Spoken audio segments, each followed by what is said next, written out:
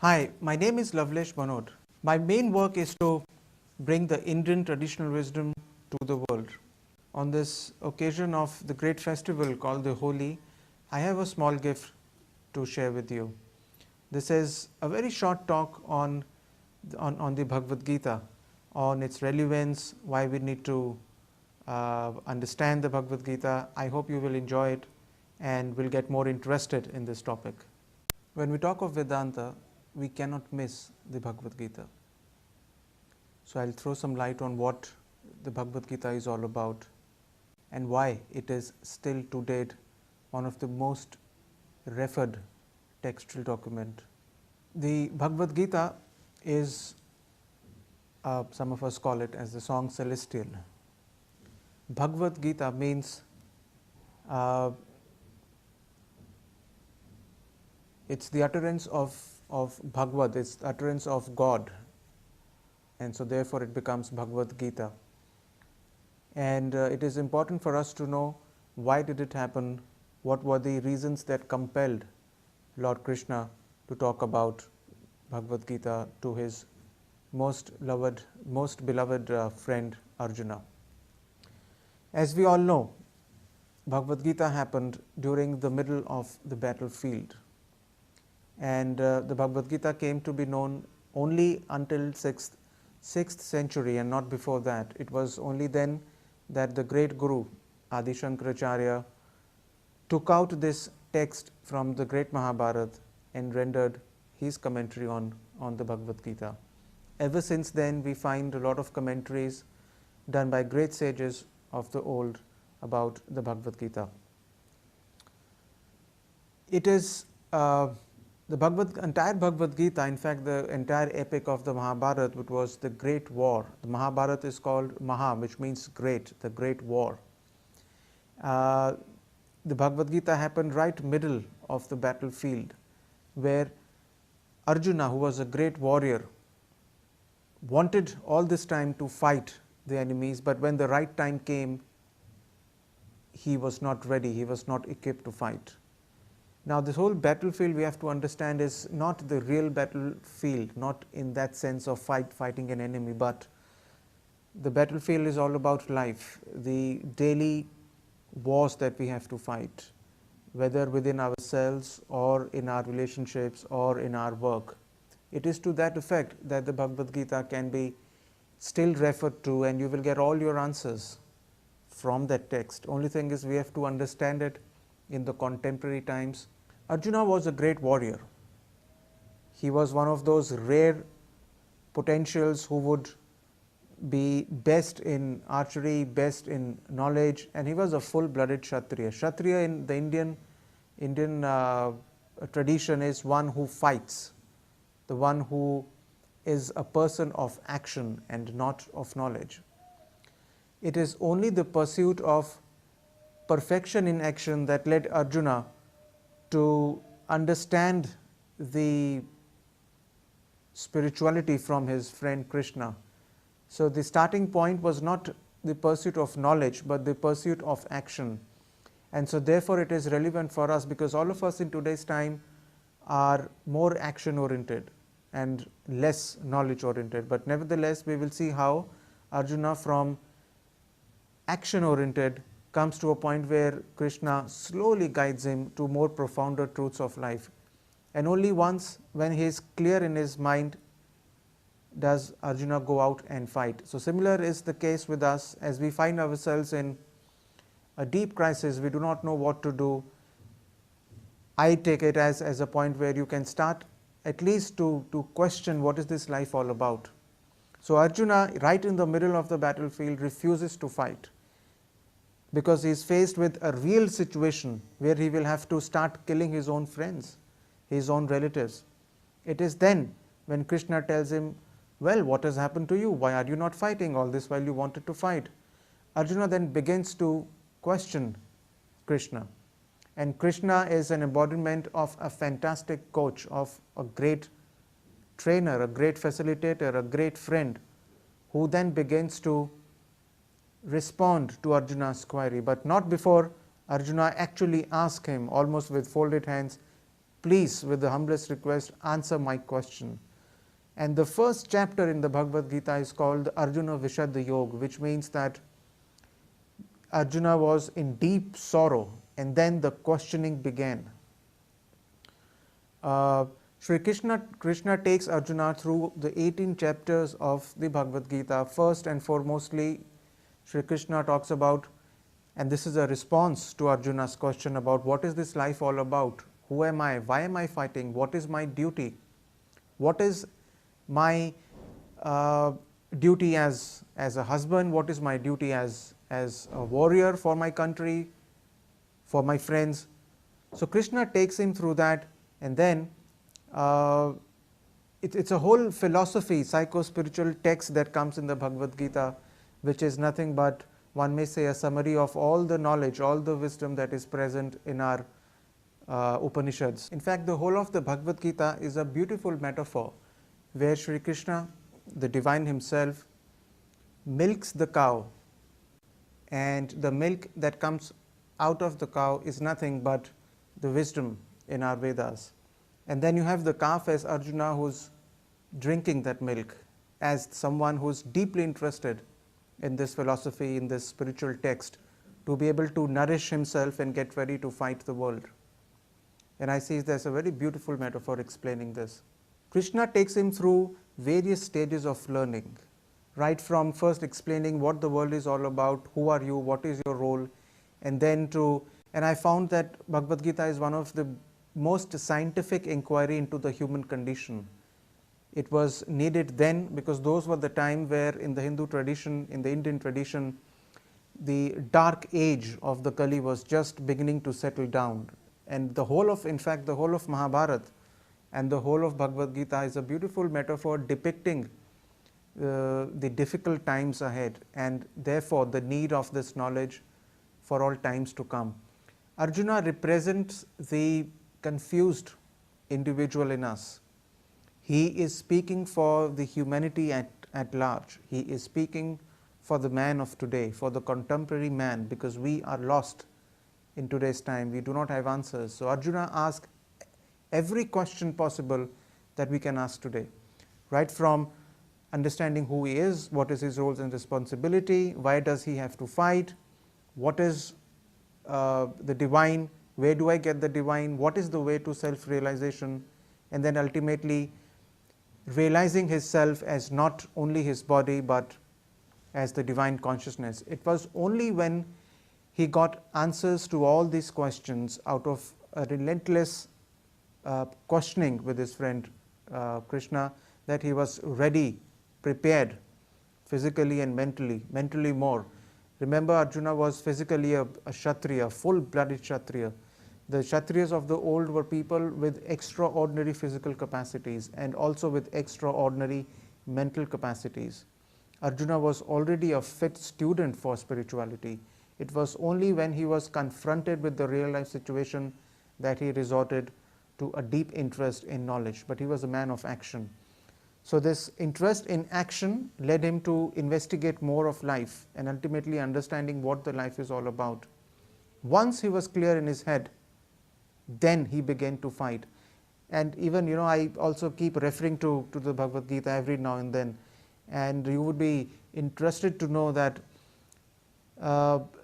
people, those who are interested, refer to the Bhagavad Gita as a document which would have all the answers to their questions. So Krishna guides Arjuna to a point where Arjuna is now ready to fight. He then fights with a will that we can't even imagine, with an absolute clarity in the mind and with a lot of quietude within, because there was this restlessness with Arjuna when the first chapter began. He almost to an extent that physiologically it is depicted in the Mahabharata, in the Gita, that he was unable to stand still. He was nervous. The whole physiology, the rush of blood, and he was then depressed. All that Krishna did was got him to a point where he was very clear about his role, and he then fought. The Bhagavad Gita constitutes 18 chapters, and it is only in the last chapter that Sri Krishna, the divine, tells Arjuna to surrender and not before. These are some of the questions that come up, is why couldn't Sri Krishna tell Arjuna to surrender in the beginning and then fight? There is an interesting note here. It is only the strong who can surrender. And when I say strong, I mean in a particular sense. Strong meaning you are able to understand life. Only a self-realized being has the power and capacity and the wherewithals to surrender.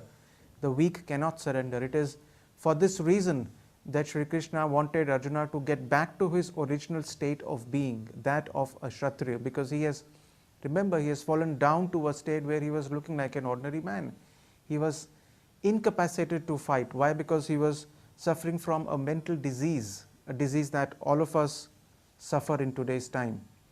So in the beginning, the Bhagavad Gita talks about the Purusha and the Prakriti, about the scientific investigation into the nature of the world, our own personality, what we are. And then he slowly guides Arjuna to knowledge. Arjuna also in one of the questions asked Lord Krishna, if knowledge is superior to action, or if action is superior to knowledge, please guide me, I am not aware. Why do you ask me to fight? Let me sit in knowledge. Krishna then responds that knowledge, if not exercise, is futile. He takes from that point in time where Jnana Yoga was introduced, he goes to Bhakti Yoga, and then towards Raj Yoga, which means how one governs, who is a leader. So a lot of leadership also comes from Bhagavad Gita. Some of the finest tenets of leadership has come from this great text.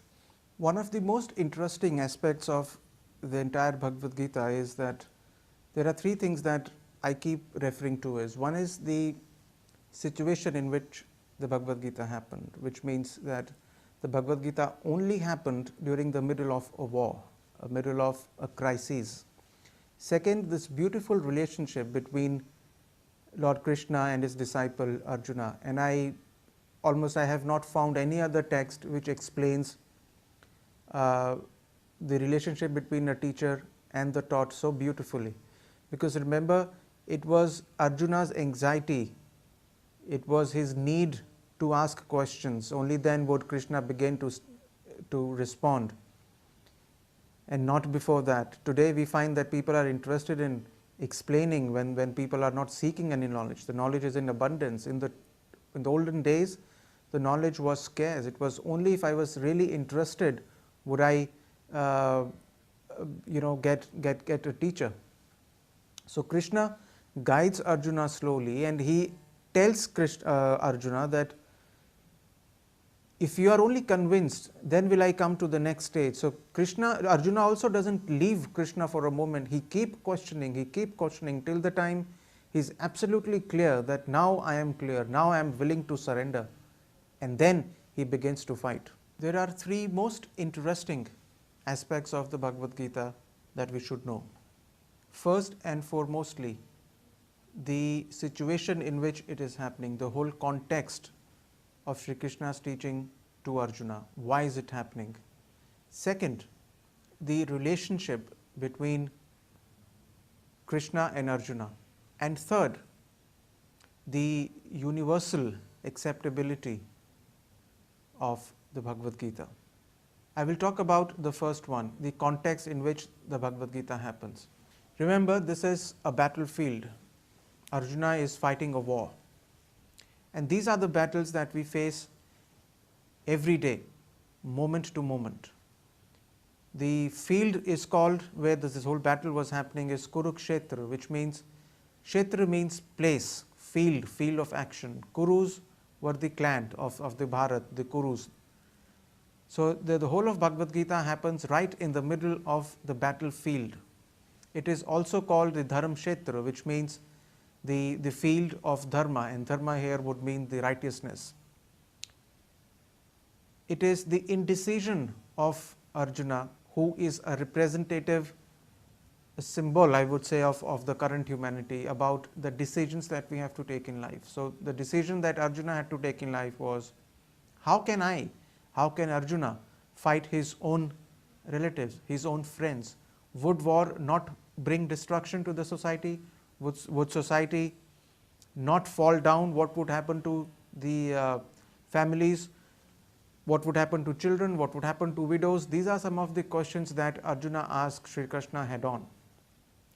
One of the most interesting aspects of the Bhagavad Gita is that it's happening right in the middle of a war, in which Arjuna faces this immense challenge of self pitted against the self and the self pitted against the world. What does he do? His capacity to not be able to decide as to the future course of action. These are some things that we face every moment in our life. Our ability to decide what is good for me, what is bad for me. Should I do this? Should I not do this? Today we have loads of information, a lot of knowledge there, but it doesn't help in making a decision. Arjuna was in a similar situation. He didn't know what to do. And there was an inner war between the heart and the mind. He was totally incapacitated to fight. So he almost begged Krishna that I will not fight. It's something that we also get into depression and we say that, well, it's becoming very difficult to face the world. I will not face the world. It's just too much for me. My personal life, and I'm torn between my professional life, personal life, and there are the relations that I have to keep with. One can really sense, almost physically sense this tearing off of different personalities of our layer, and we then stand helpless. This is where Bhagavad Gita comes in, a direct reflection of our inner life, which Arjuna is actually exhibiting in a warlike situation. The next most interesting part of the entire Bhagavad Gita is the ability of Arjuna to deal with change. Remember, this is a war, it's changing moment to moment. Krishna was very clear that Arjuna has to be brought back into the right frame of mind, something that we keep slipping moment to moment. For Krishna, it was important to bring Arjuna to a state of mind of a Kshatriya, someone who is absolutely clear, someone who has the ability to fight with a lot of silence inside, no doubt. We find that in our daily living, we are a confused lot. There is a lot of restlessness, psychological restlessness, which comes out as a physiological restlessness. We also tend to show a lot of nervousness in our body. Arjuna was facing the same situation, his inability to deal with change. The second most interesting aspect of the entire Bhagavad Gita is the relationship between Sri Krishna and Arjuna. Now it's interesting to note that they don't share one kind and one type of relationship. Sri Krishna is a charioteer, someone who's driving Arjuna's chariot. And second is, Sri Krishna is also an old friend. They are very good buddies who are there in the battlefield. And third, they are also cousins. So there are the worldly relationships that they share, but yet at the same time, there is a relationship which cannot be explained, which is beyond the conventions of society, beyond the convention of thought. And that if we can term it as a relationship between a soul and a super soul, if you will. Now, Sri Krishna knows the state of Arjuna, and this is one of the essential facet of any relationship, is that one is able to understand the state of mind or state of being of the other, and is yet fully there to sort of support or answer any question that the other person may have. One of the most beautiful aspects of the relationship between Krishna and Arjuna was Krishna's ability to raise Arjuna from where he was to where he ought to be as a warrior. We also understand from this relationship is that Arjuna was in complete surrender and had unquestionable faith in what Krishna has to say. And at the same time, Krishna was also had a tremendous faith in his student, in his disciple Arjuna. So the only thing that Krishna knew very deeply and intimately about Arjuna was, how do I restore this man to his original state of being, which is that of a full-blooded Kshatriya. The third aspect of the Bhagavad Gita is the universal acceptability and also applicability. simply because Arjuna is not representing a country, he is representing the entire human race. Bhagavad Gita was relevant 4,000, 3,000 years ago when the great Mahabharata happened. It is relevant now and would be relevant for all times to come. Because Bhagavad Gita answers almost every question of a contemporary human being, be it relationship, be it the duty, be it leadership, be it fighting for one's own country, and the entire aspect of understanding the world, the science, understanding oneself. So the Bhagavad Gita has to be looked as a text which is not religious in the religious sense of the word, but a text which is the whole philosophy of how to live life in the modern times. There is a lot that one can talk about the great Bhagavad Gita, but I would like to finish this by asking you a question and something that I really want to share. Another more interesting aspect of the Bhagavad Gita, that the Bhagavad Gita was a dialogue not only between Arjuna, the seeker, and Krishna, but also another personality called Dhritarashtra. Now, Dhritarashtra was a king who was blind. Not only was he blind by his eyes, but he was also blind in the understanding. He was too attached to his son, and he was an emotional person, completely biased towards his own son. So what we have to understand is, do you want to be a Dhritarashtra who understand the great teachings of the Bhagavad Gita and still remain ignorant? Or do you want to realize yourself as the Arjuna, the seeker, the person who has questions and want to make the best use of it?